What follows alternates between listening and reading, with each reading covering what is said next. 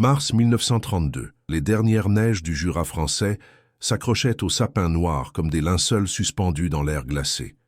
Sur la route forestière qui menait à Saint-Léger-des-Ombres, le facteur Édouard Mercier pédalait contre le vent coupant qui descendait des crêtes rocheuses, ses doigts engourdis par le froid serrant le guidon de sa bicyclette réglementaire des postes françaises. Il avait 24 ans, un visage maigre sculpté par les hivers jurassiens, des yeux bruns qui n'avaient guère vu au-delà de ces montagnes calcaires où il était né, et depuis 3 semaines, il portait dans sa sacoche de cuir un colis qu'aucun destinataire ne venait réclamer. Un paquet adressé à un village qui, selon les anciens de Morez, n'existait plus vraiment.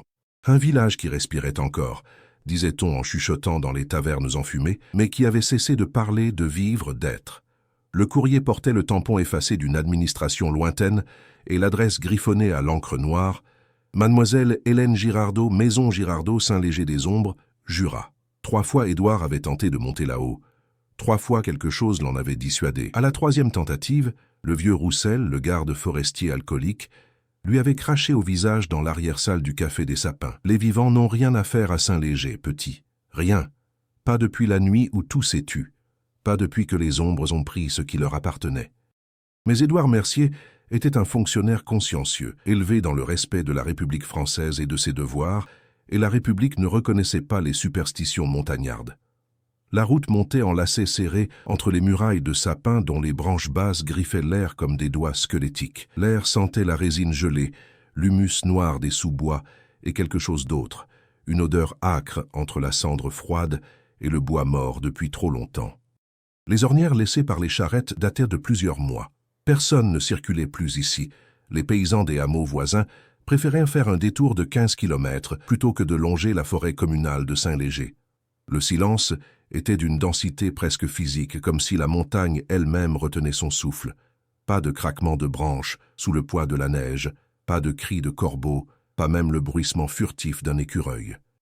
Juste ce vide sonore qui pesait sur les tympans comme de l'eau profonde. Il atteignit le col vers 11 heures du matin. Le village apparut en contrebas, niché dans une cuvette naturelle entre 2 parois rocheuses. 23 maisons de pierre calcaire aux toits d'ardoise bleue, une église dont le clocher de bois pointait vers le ciel comme un doigt accusateur. Saint-Léger-des-Ombres. Un village ordinaire du Haut-Jura, sauf que celui-ci semblait recouvert d'un voile transparent qui ternissait les couleurs, étouffait les sons, aspirait la lumière. Aucune fumée ne montait des cheminées malgré le froid mordant. Aucune silhouette ne se profilait aux fenêtres dont les volets demeuraient clos en plein jour. Aucun chien n'aboyait, aucun coq ne chantait. Le facteur sentit son estomac se contracter. Ce silence était différent, profondément différent. C'était le silence qui suit les catastrophes, celui qui plane sur les champs de bataille après que les canons se sont tus. Édouard descendit vers le village, poussant sa bicyclette sur le chemin pentu. La neige tassée portait des traces anciennes, empreintes de sabots de chevaux, marques de roues de charrettes, pas humains qui tournaient en rond comme si leurs auteurs avaient cherché leur chemin dans l'obscurité. Certaines traces menaient vers le village. Aucune n'en ressortait. La première maison se dressait à l'entrée du hameau, une ferme massive aux murs épais. La porte de bois clouté était entr'ouverte, battant doucement dans le vent avec un grincement régulier. Édouard s'approcha, son cœur cognant contre ses côtes. « Il y a quelqu'un » Sa voix résonna bizarrement dans l'air glacé, comme étouffée par une couverture invisible. Il poussa la porte qui céda sans résistance. L'intérieur était plongé dans une pénombre grisâtre. Une grande pièce commune au sol de terre battu, une table de chêne massive, des chaises renversées, un poêle en fonte éteint depuis longtemps. Sur la table, des assiettes encore disposées comme pour un repas, du pain durci devenu pierre, noir de moisissure. Comme si les habitants s'étaient levés tous ensemble au milieu du dîner et avaient disparu. Un bruit le fit sursauter, un glissement furtif à l'étage, comme si quelqu'un traînait les pieds sur le parquet. Des pas lents, irréguliers, claudiquants. « Monsieur, madame !» Service postal de la République française. Sa voix tremblait malgré lui, les pas s'arrêtèrent net, puis avec une lenteur calculée, terrible, ils reprirent. Ils se dirigeaient vers l'escalier de bois. Le facteur recula instinctivement vers la porte. Les marches de bois craquèrent une à une. Quelque chose descendait l'escalier dans l'obscurité du corridor. Une forme émergea lentement de l'ombre. Une femme. ou ce qui avait été une femme. Elle portait une robe de laine sombre déchirée aux manches, révélant des bras blancs comme du lait caillé, si blancs qu'ils semblaient luire dans la pénombre. Ses cheveux gris défaits tombaient sur ses épaules comme des algues mortes. Mais c'était son visage qui glaça Édouard jusqu'à la moelle. Un visage blanc comme la porcelaine, lisse, presque translucide. Des yeux immenses et fixes qui ne sciaient pas, 2 billes de verre ternes sans pupille visible. Elle ne respirait pas. Ses pieds nus effleuraient à peine les marches, comme si elle flottait. « Vous ne devriez pas être ici », murmura-t-elle d'une voix rouillée. « Personne ne devrait être ici, pas depuis qu'ils sont venus, pas depuis la nuit où le ciel s'est ouvert et où les ombres sont montées. » La femme descendit la dernière marche et s'avança vers lui avec cette démarche flottante, désarticulée. Un froid qui n'avait rien de naturel émanait d'elle. « Vous cherchez Hélène Girardot ?» La question sortit de sa bouche sans que ses lèvres ne bougent vraiment. Le facteur hocha la tête mécaniquement, incapable de produire un son. « Elle est dans la maison du notaire, avec les autres. Ils attendent tous là-bas. Depuis la nuit où le ciel s'est ouvert au-dessus de la combe froide. La nuit où nous avons compris que nous n'étions plus seuls dans ces montagnes. La nuit où nous avons découvert ce qui dormait sous nos pieds depuis des siècles. Allez-y, facteur, livrez votre courrier. Accomplissez votre devoir, mais sachez ceci. Ceux qui entrent à Saint-Léger ne repartent jamais tout à fait. Une partie d'eux reste ici, pour toujours. Avec nous. Dans le silence. Dans l'attente. Dans l'ombre qui grandit. » Édouard Mercier sortit en trébuchant, abandonnant sa bicyclette. Il courut sur la place gelée vers le centre du village, sa sacoche battant contre sa hanche, ses poumons brûlant dans l'air glacé. Derrière lui, montant de la maison, il entendait le rire de la femme, un rire sec comme des feuilles mortes. Un rire qui se répercutait sur les façades closes, rebondissant de mur en mur, semblant venir de partout à la fois. La nuit tomberait dans quelques heures. Et à Saint-Léger-des-Ombres, la nuit n'était pas simplement l'absence de soleil. La place centrale formait un rectangle pavé de dalles calcaires polies par des siècles de passage. Au centre, la fontaine de pierre crachait encore un filet d'eau brunâtre qui gelait en stalactites. Édouard s'arrêta près du bassin, tentant de reprendre son souffle. 23 maisons l'encerclaient de tous côtés, toutes portes closes, toutes fenêtres aveugles. Il repéra la maison du notaire sur le côté nord de la place, légèrement en retrait. Les volets du rez-de-chaussée étaient entr'ouverts, laissant filtrer une lumière jaunâtre qui palpitait faiblement. De la lumière. Des bougies sans doute, ce qui signifiait que quelqu'un vivait encore là-dedans. « Monsieur le facteur !» La voix le fit pivoter brusquement. Un homme se tenait à 3 mètres de lui, surgi du néant. Grand, voûté, vêtu d'un costume noir et limé dont le col était maculé de taches sombres. Son visage était celui d'un sexagénaire mangé par l'insomnie, les joues creuses, les yeux enfoncés dans leurs orbites. Ses mains tremblaient, serrant contre sa poitrine une serviette de cuir craquelée. « Maître Ferrand » hasarda Édouard. « Oui, Louis Ferrand, notaire royal de Saint-Léger-des-Ombres. Ou plutôt, j'étais notaire, avant. Avant que tout change. Avant la nuit du 23 septembre. Vous êtes venu pour le paquet d'Hélène Girardot, je suppose. Ils m'ont dit que quelqu'un viendrait. Ils me disent toujours tout maintenant. Ils parlent dans ma tête quand la nuit tombe. Qui sont-ils? De qui parlez-vous? » Le notaire eut un sourire qui ressemblait à une grimace de douleur. « Venez, Case, vous verrez bien par vous-même. De toute façon, vous ne pouvez plus partir maintenant, pas avant la nuit. » Et quand la nuit tombe sur Saint-Léger, il pivota lentement et se dirigea vers sa maison d'un pas raide. Le facteur hésita, tous ses instincts hurlant de fuir. Mais la sacoche pesait contre sa hanche, son devoir de fonctionnaire ancré en lui depuis l'enfance, et surtout cette curiosité morbide qui pousse les hommes à regarder ce qu'ils ne devraient pas voir. Il suivit le notaire. L'intérieur sentait le papier moisi, l'encre séchée, la cire brûlée. Le couloir d'entrée était tapissé de boiseries sombres où s'alignaient des portraits d'ancêtres moroses. Des chandelles fichées dans des bougeoirs dispensaient une clarté tremblante. Maître Ferrand guidait Édouard à travers un labyrinthe de pièces encombrées de meubles massifs, recouverts de draps blancs. Ils pénétrèrent dans une vaste salle. Là, Édouard s'arrêta net, le souffle coupé. 14 personnes étaient assises en cercle sur des chaises dépareillées autour d'un espace vide au centre de la pièce. 7 hommes, 7 femmes, de tous âges. Ils ne bougeaient pas, absolument immobiles, comme des statues de cire. Ne parlaient pas. Leurs yeux fixaient le vide avec cette même expression terrible, ce mélange d'horreur profonde et de résignation absolue. Tous avaient cette pâleur cireuse, cette immobilité de mannequins mal conservés. « Les habitants de Saint-Léger-des-Ombres », annonça le notaire. « Du moins, ce qu'il en reste. 19 autres sont partis dans la forêt quand ça a commencé. On ne les a jamais revus. Ceux-ci ont préféré rester ici.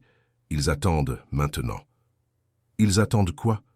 Que quelqu'un vienne, que quelqu'un comprenne ce qui s'est passé ici, que quelqu'un témoigne de ce que nous sommes devenus. Maître Ferrand s'approcha du cercle, caressa doucement les cheveux défaits d'une jeune femme assise près de la fenêtre. Hélène Girardot, 22 ans, institutrice. C'est pour elle que vous êtes venu, n'est-ce pas? Édouard sortit le paquet de sa sacoche d'une main tremblante. Hélène Girardot tourna lentement la tête vers lui avec une fluidité mécanique. Ses yeux étaient d'un bleu délavé, presque transparent. Elle tendit une main blanche, si blanche qu'on voyait les veines bleues dessiner un réseau sous la peau. « Merci », chuchota-t-elle, et sa voix avait la texture du givre qui craque. « Je l'attendais. C'est mon diplôme de l'école normale. Je devais commencer à enseigner en octobre. Mais en septembre, avant la rentrée, ils sont venus. Et tout s'est arrêté. Qui est venu? Bon sang!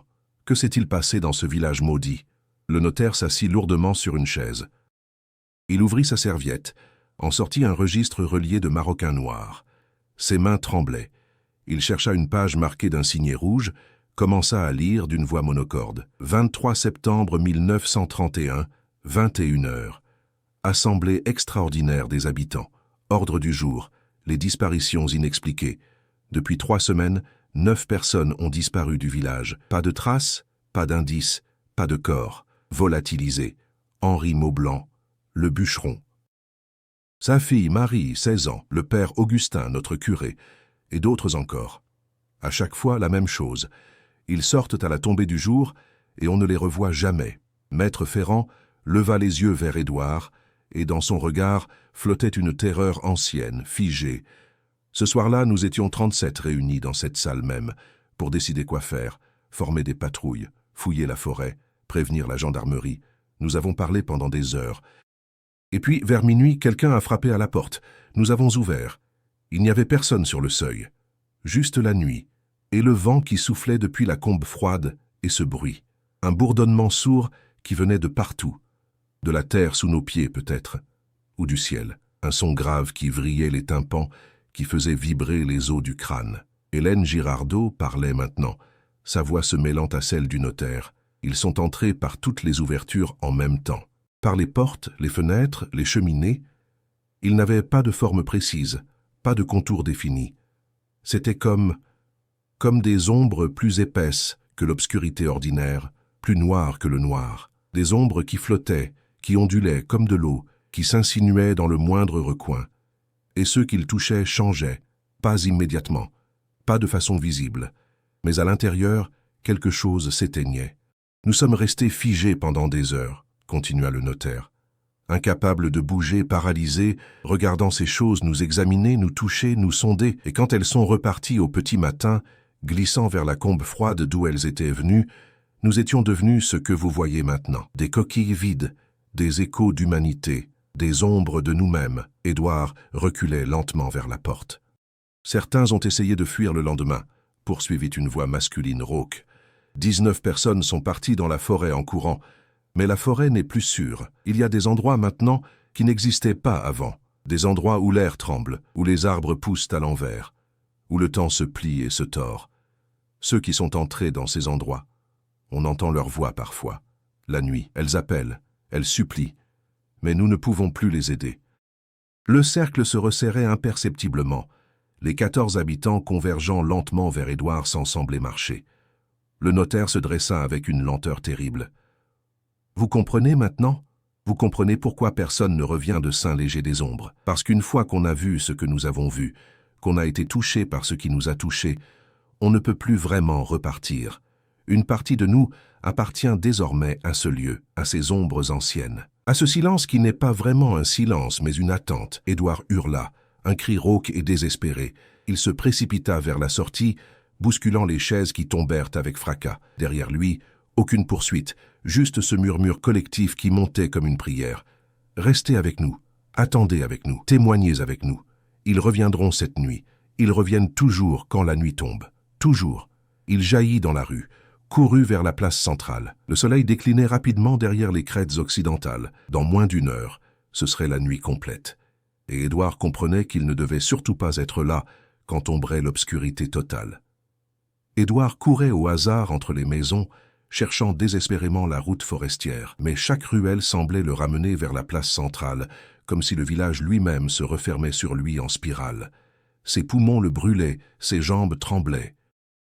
Il s'effondra finalement contre le mur de l'église. Une porte grinça. Le portail de l'église s'entr'ouvrait lentement. Il sentait qu'on l'observait de l'intérieur. Une église, un lieu sacré, un refuge, peut-être contre ce qui n'était pas naturel. Il poussa le portail. L'odeur le frappa, quelque chose de putride et de sucré, comme des fleurs mortes macérées trop longtemps. Ses yeux s'adaptèrent à l'obscurité presque totale. La nef était étroite, oppressante. Au fond, près du chœur, une dizaine de cierges brûlaient, leurs flammes étrangement immobiles.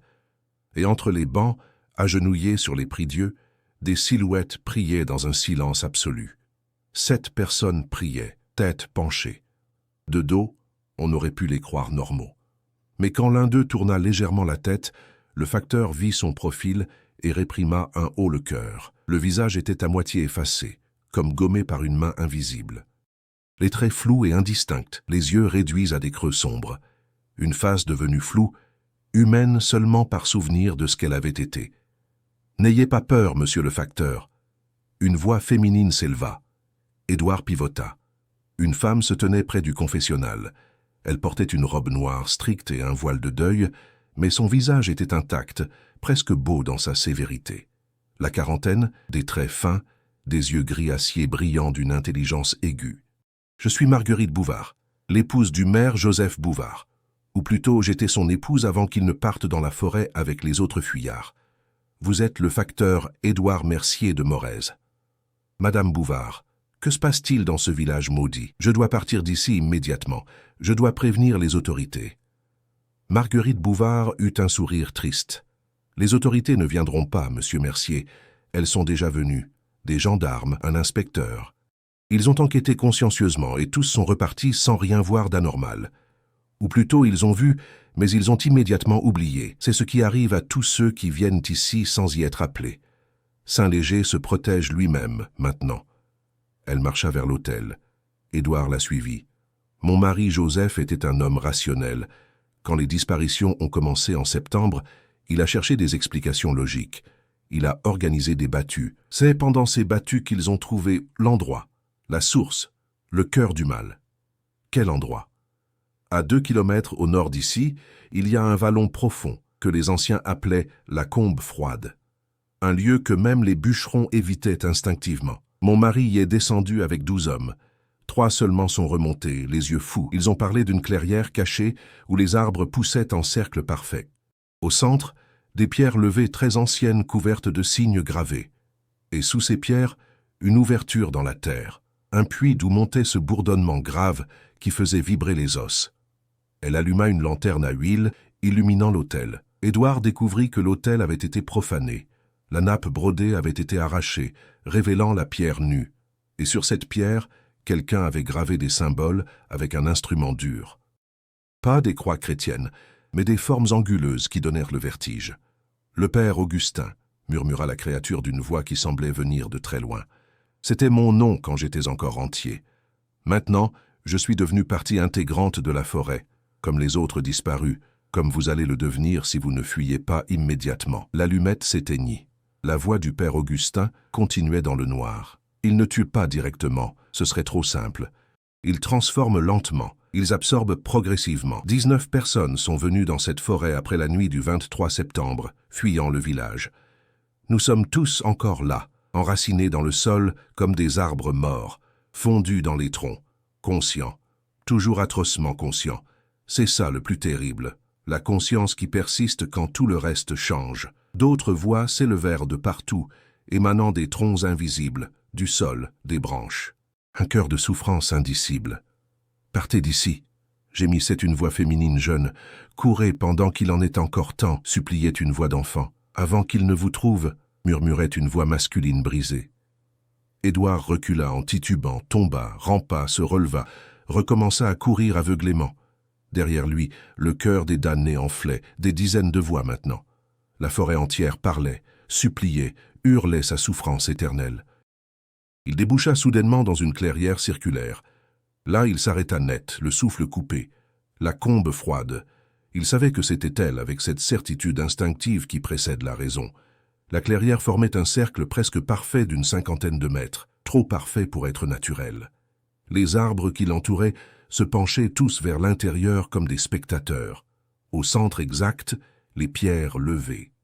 12 monolithes de granit noir dressés en cercle, hauts de 3 mètres, couverts de symboles maudits, et entre ces pierres, au centre géométrique, le puits. Une ouverture béante dans le sol gelé, parfaitement circulaire, d'où montait une lueur verdâtre pulsante qui battait au rythme d'un cœur monstrueux. Le bourdonnement venait de là, si puissant maintenant qu'Édouard sentait ses os vibrer, ses dents s'entrechoquer, son crâne résonner. Il voulut reculer, mais ses jambes refusaient de bouger, clouées au sol par une force invisible. Quelque chose l'attirait irrésistiblement vers le puits. Il s'avança pas à pas entre les pierres levées qui vibraient sous ses doigts. Les symboles gravés semblaient ramper sur la surface du granit noir, se tordre comme des vers. Sous ses pieds, l'herbe était complètement morte, grise et cassante. Aucune trace de vie. Il atteignit le bord du puits, se pencha au-dessus du vide béant. Ce qu'il vit lui arracha un cri qui se transforma en sanglots étranglés. Le puits descendait à une profondeur impossible, ses parois couvertes de luminescences verdâtres pulsantes. Mais ce n'était pas un simple puits, c'était un passage, une déchirure dans le tissu de la réalité, une plaie ouverte entre deux mondes. Et de l'autre côté, quelque chose bougeait, des formes sans forme définie, des masses sans substance solide, des géométries qui blessaient l'œil, des ombres paradoxalement plus réelles que la réalité elle-même. Elle l'avait vue, il le savait avec une certitude absolue. Et maintenant, elle montait vers lui, lentement, inexorablement, remontant vers la surface comme une marée noire. Une main se posa doucement sur son épaule. Édouard hurla, fit volte-face. Marguerite Bouvard se tenait derrière lui, immobile, sa robe noire flottant dans un vent qui ne soufflait pas vraiment. Son visage était calme, presque serein. « Vous avez vu maintenant ?» dit-elle simplement. Il hocha la tête, incapable de parler. « Alors vous comprenez, ce n'est pas simplement un village maudit. Saint-Léger des Ombres est une prison millénaire. Une prison dont les barreaux se sont brisés. Et maintenant, ce qui était enfermé depuis l'aube de l'humanité cherche à se répandre dans notre monde, à travers nous, à travers vous, à travers tous ceux qui viendront après. » Elle leva les yeux vers le ciel nocturne où aucune étoile ne brillait. « Il n'y a pas d'échappatoire véritable. Vous pouvez courir jusqu'en Suisse, jusqu'au bout du monde, mais vous porterez Saint-Léger en vous désormais comme une infection invisible, dans vos rêves, dans vos silences. Et un jour, dans un mois ou dans un an ou dans 10 ans, vous reviendrez ici inexorablement. » Édouard tomba à genoux, des larmes coulant sur ses joues. « Alors tout est perdu. Il n'y a aucun espoir. » Marguerite s'agenouilla près de lui. De sous sa robe noire, elle sortit un petit paquet enveloppé de tissu noir. « Non, pas complètement perdu. Il reste une chance, une seule, mince comme un fil de soie, fragile comme du verre. Mais une chance quand même. » Elle lui tendit le paquet avec solennité. Le père Augustin l'avait caché avant de partir dans la forêt. C'est le sceau originel. Le vrai sceau forgé par ceux qui ont enfermé ces choses la première fois, il y a des millénaires. Celui qui peut refermer définitivement le passage si on le place correctement.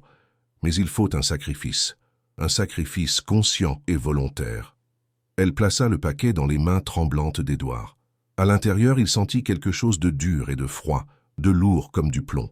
Quelqu'un doit descendre dans le puits. Quelqu'un doit porter le seau jusqu'au fond de l'abîme, jusqu'à l'endroit où les deux mondes se touchent, et le placer exactement là où il doit être. Mais celui qui descend là-dedans ne remonte jamais, termina-t-elle avec une douceur infinie. Je sais, je l'ai toujours su. Un long silence s'étira entre eux. Dans le puits, les ombres continuaient leur ascension patiente, se rapprochant de la surface. On distinguait maintenant des détails dans leur masse informe, des angles impossibles, des yeux qui n'étaient pas vraiment des yeux. Des choses qui n'avaient pas de nom. Marguerite se leva avec une grâce triste et résolue. « Je vais y aller. C'est mon village natal, mon fardeau héréditaire, ma rédemption possible. Après tout, je n'ai plus rien à perdre dans ce monde. Mon mari est fondu quelque part dans la forêt. Mes 2 enfants sont morts il y a 15 ans. Je suis la dernière descendante directe de l'ancienne lignée des gardiens. C'est mon rôle, mon destin. » Et Édouard voulut protester, mais aucun mot ne franchit ses lèvres. Marguerite prit le paquet noir, le serra contre son cœur, puis, sans une hésitation, elle avança vers le bord du puits. « Si vous survivez à cette nuit, facteur Mercier, si vous atteignez un lieu sûr, racontez cette histoire à quelqu'un. Pas pour qu'on vous croie, personne ne vous croira jamais. Mais pour que quelque part, dans un registre, dans un rapport, dans une lettre, il reste une trace écrite. Que Saint-Léger ne soit pas complètement effacé de la mémoire humaine. Que ce que nous gardions ne soit pas complètement oublié. Que notre sacrifice ne soit pas complètement vain. » Elle se retourna une dernière fois, et dans ses yeux gris acier brillait quelque chose qui ressemblait à de l'espoir, à de la foi, à un courage tranquille et terrible. Que Dieu ait pitié de nos âmes. Puis, elle sauta dans le vide verdâtre.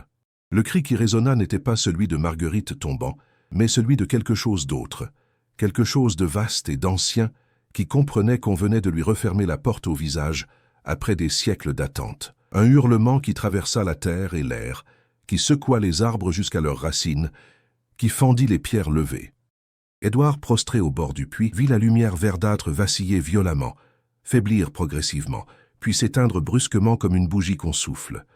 Le bourdonnement cessa instantanément, remplacé par un silence si total qu'il sembla aspirer tous les sons du monde. Puis, lentement, comme si l'univers reprenait son souffle, des sons normaux revinrent. Le vent dans les branches, le ululement d'une chouette, le craquement du givre, les bruits ordinaires d'une forêt ordinaire. Les pierres levées tremblèrent une dernière fois. Des fissures profondes apparurent à leur surface. Une à une, elles s'effondrèrent vers l'intérieur dans un fracas qui fit trembler le sol. Leur granit noir se désagrégeait en poussière fine qui se dispersa dans l'air comme de la cendre, tourbillonnant avant de retomber. Le puits lui-même sembla se refermer, ses bords se rapprochant comme les lèvres d'une plaie qui cicatrise, jusqu'à ce qu'il ne reste plus qu'une dépression circulaire peu profonde dans le sol gelé. Édouard rampa loin du centre de la clairière, s'adossa contre un arbre à la lisière. Tout son corps tremblait. Il avait froid, si terriblement froid. Marguerite Bouvard venait de se sacrifier sous ses yeux. Elle s'était jetée volontairement dans cet abîme pour sauver le monde. Et lui n'avait rien pu faire, juste regarder avec une horreur paralysante. Combien de temps resta-t-il là, recroquevillé contre le tronc? Le ciel s'éclaircit vers l'est, passant du noir absolu au gris de plomb qui précède l'aube. Les premières lueurs blêmes du petit matin filtrèrent entre les branches. Quand il eut enfin rassemblé assez de force pour se lever, il découvrit que la forêt avait changé. Les arbres ne penchaient plus pathologiquement vers la combe froide. Ils se dressaient normalement, verticalement. Les symboles maudits gravés dans leur écorce avaient disparu, remplacés par l'écorce naturelle couverte de lichens et de mousse, et les voix des damnés, les supplications des disparus, les voix s'étaient définitivement tues. Le père Augustin et les 18 autres avaient disparu, libérés peut-être, ou simplement effacés. Il marcha vers le nord, suivant le sentier des contrebandiers qui redevenait visible dans la lumière grisâtre. Le sentier était envahi par les ronces, mais il le suivit avec la détermination obstinée de celui qui n'a qu'un seul objectif: survivre, sortir, témoigner. L'aube se levait quand il atteignit la frontière suisse. Une simple borne de pierre, au sommet d'une crête, gravée des armoiries françaises d'un côté et de la croix helvétique de l'autre. Il s'effondra près de la borne. En contrebas, dans la vallée suisse, il voyait des lumières chaudes. Un village. Un vrai village vivant avec de la fumée montant des cheminées, des fenêtres éclairées, la vie normale reprenant ses droits. Il descendit vers ces lumières comme un naufragé nage vers un rivage, trébuchant, glissant, tombant et se relevant inlassablement.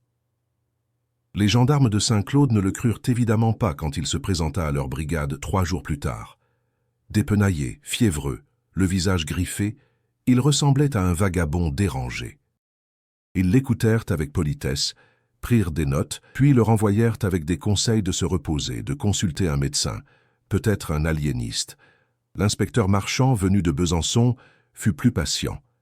Il écouta attentivement pendant 2 heures, prit des notes détaillées. Mais son regard restait celui d'un homme rationnel face à un autre, ayant subi un choc nerveux grave. Une expédition officielle fut néanmoins organisée. 12 gendarmes à cheval, un médecin militaire, l'inspecteur Marchand et son secrétaire. Ils montèrent à Saint-Léger-des-Ombres par une belle journée d'avril 1932, quand la neige avait fondu et que les premières fleurs sauvages pointaient entre les rochers. Ils trouvèrent un village de montagne abandonné depuis plusieurs mois. Des maisons vides mais en bon état, une église avec des traces d'un culte récent, des objets quotidiens abandonnés çà et là, aucune trace de violence, aucun corps, aucun ossement, juste un hameau déserté pacifiquement, comme il y en avait des dizaines dans le Jura à cette époque, victime de l'exode rural, du déclin des économies alpines. L'inspecteur Marchand nota dans son rapport officiel du 20 avril 1932 « Village de Saint-Léger-des-Ombres, abandonné entre septembre et octobre 1931. Cause probable, difficultés économiques, isolement géographique, conditions climatiques rigoureuses. Aucun élément criminel relevé. Le témoignage du sieur Édouard Mercier apparaît comme le résultat d'une affabulation post-traumatique consécutive à une nuit passée seule dans un lieu isolé, aggravée par l'hypothermie et l'épuisement. Aucune suite à donner. Le dossier fut classé dans les archives départementales. Saint-Léger-des-Ombres fut officiellement rayé des registres en 1935, ses terres redistribuées, son église désacralisée. En quelques années, la mémoire collective commença à l'effacer. Juste un nom sur de vieilles cartes, un hameau fantôme parmi tant d'autres dans ces montagnes, qui avaient vu des centaines de villages naître dans l'espoir, vivre dans la difficulté et mourir dans l'oubli. Édouard Mercier quitta le service postal en 1933, incapable de continuer à porter le courrier dans les montagnes qui le terrifiaient. Il s'installa à Dole et devint comptable dans une usine textile.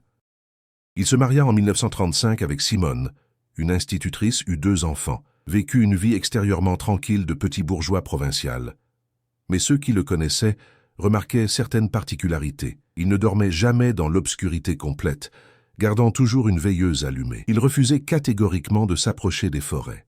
Et parfois, au milieu d'une conversation banale, son regard se perdait dans le vide, fixant intensément quelque chose d'invisible que personne d'autre ne pouvait voir, quelque chose qui le glaçait visiblement. Il mourut d'une crise cardiaque en 1967, à 59 ans, en pleine nuit. Sa femme le trouva au matin, les yeux grands ouverts fixant le plafond avec une expression de terreur absolue figée sur son visage.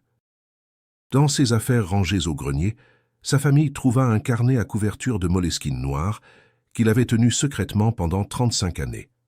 Page après page, rempli d'une écriture serrée, nerveuse, de plus en plus irrégulière, il avait raconté obsessivement son histoire. Saint-Léger-des-Ombres, le village qui s'était tu, les ombres de la combe froide, le sacrifice de Marguerite Bouvard.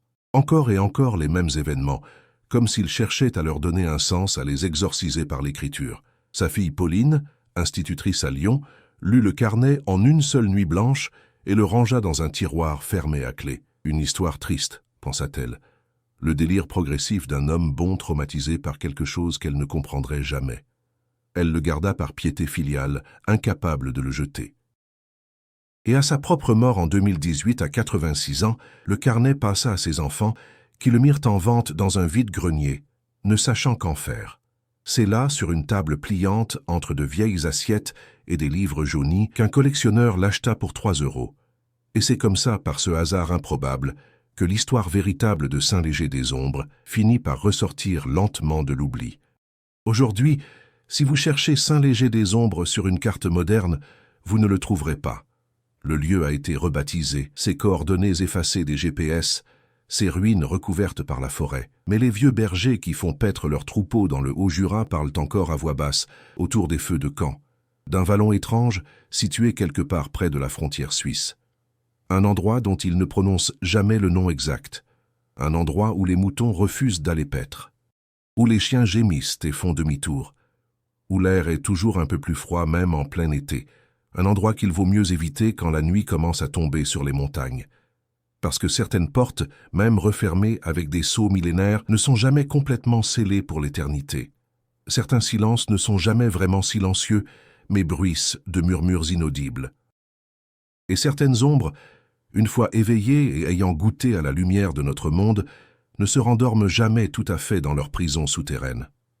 Elles attendent patiemment dans les profondeurs. Elles espèrent qu'un jour, dans un siècle ou dans un millénaire, quelqu'un viendra innocemment rouvrir le passage scellé. Qu'un jour lointain, Saint Léger des Ombres se réveillera à nouveau de son sommeil forcé. Et cette fois-là, préviennent les anciens en se signant, il ne se rendormira peut-être plus jamais. Le cycle recommencera, les ombres monteront, et le silence tombera sur d'autres villages, d'autres vallées, d'autres montagnes, jusqu'à ce que le monde entier devienne une combe froide. Fin a disparu en premier, murmura Marguerite, parce qu'il savait des choses. Dans les archives de la paroisse, il avait trouvé de vieux documents, des manuscrits médiévaux parlant de Saint Léger des Ombres et de son secret. Le village ne s'est pas toujours appelé ainsi. Avant le XVIe siècle, il s'appelait Saint Léger des Gardiens, parce que les gens qui vivaient ici avaient une mission sacrée transmise de génération en génération. Ils gardaient quelque chose, ils surveillaient la combe froide, ils s'assuraient que les sceaux antiques tenaient bon et que ce qui dormait en dessous ne se réveillait jamais. Elle s'assit sur les marches. Mais les générations se sont succédées. La mémoire s'est perdue. Le village a continué à vivre en ignorant ce qu'il gardait vraiment. Les rituels sont devenus de simples traditions.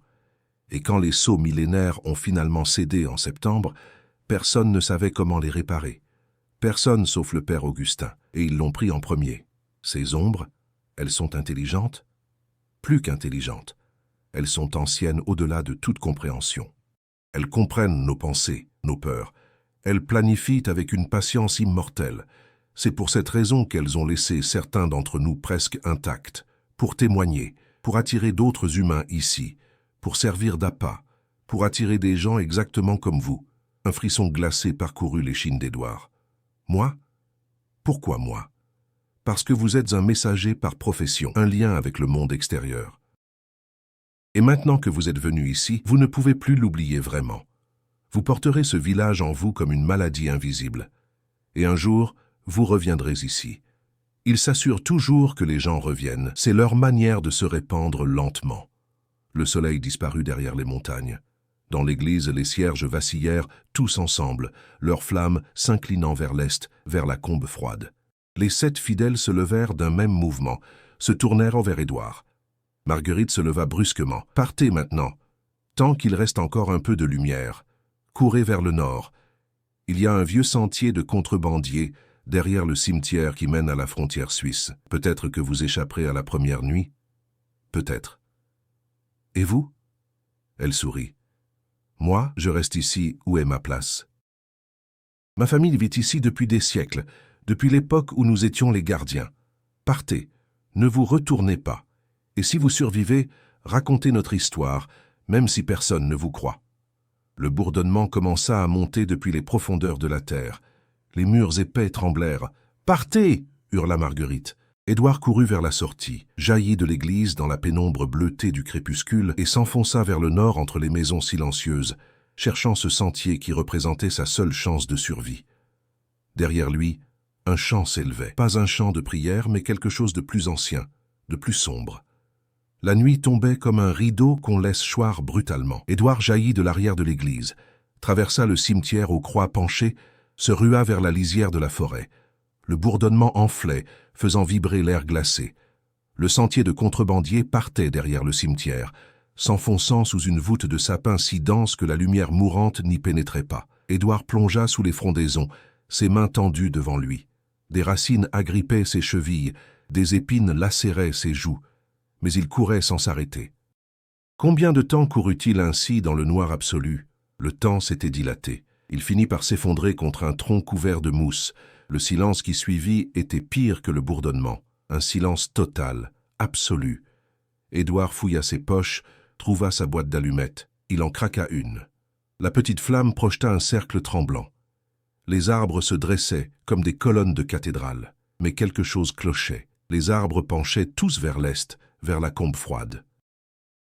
Et leur écorce présentait des motifs gravés. Les mêmes symboles maudits que sur l'autel de l'église. L'allumette lui brûla les doigts. L'obscurité se referma, et dans cette obscurité, une voix s'éleva. « Vous ne devriez pas être ici, monsieur le facteur. » La voix venait de partout et de nulle part. « Qui êtes-vous? Montrez-vous. » Un rire désespéré. « Me montrer? Je suis là, juste devant vous, mais je ne suis plus vraiment moi, plus assez humain pour qu'on me reconnaisse. Plus assez vivant pour qu'on me compte parmi les vivants. Édouard craqua une nouvelle allumette, et cette fois, il le vit. À 3 mètres, adossé contre un tronc, une silhouette humanoïde, un homme, ou ce qui avait été un homme. Il portait les restes d'une soutane noire de prêtre, le tissu pendant en lambeaux, son visage. Édouard détourna les yeux. Le visage était à moitié enfoncé dans le tronc de l'arbre, la chair fusionnant avec l'écorce dans une union contre nature. Un côté encore partiellement humain, l'autre complètement absorbé par le bois vivant. Le père Augustin.